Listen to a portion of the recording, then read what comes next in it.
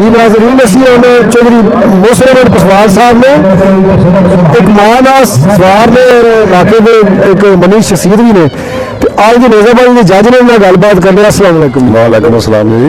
ਤੁਸੀਂ ना तो नेज़ाबाद के जज हो तो ये फैसला करना मुश्किल पेश नहीं आती?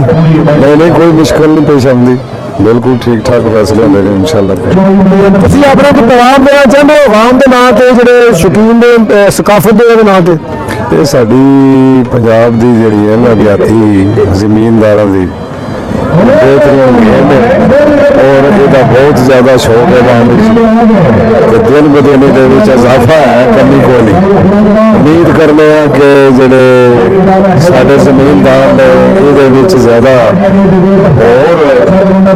घोड़िया की पालन बिहार थोड़ी बहुत टीमां हो गई तो मुश्किल नहीं पेश आनी फैसले में तो सारा होगा तो है टाइम है बिहार दिन कम है पर इसके बावजूद ਤੁਹਾਡੇ सामने इत्थे 100 तो ज़्यादा टीम भजी है तो तकरीबन मेरा जोड़ा इख्तिताम पजीर होने पे बहुत शुक्रिया जी।